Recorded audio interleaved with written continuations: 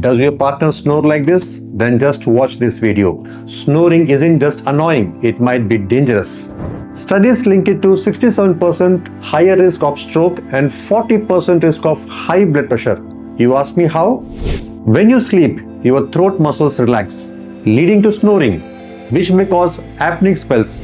This will cause systemic issues like blood pressure, obesity, diabetes, cardiac issues. Too much relaxation restricts your airway, causing your soft tissue in throat and nose to vibrate.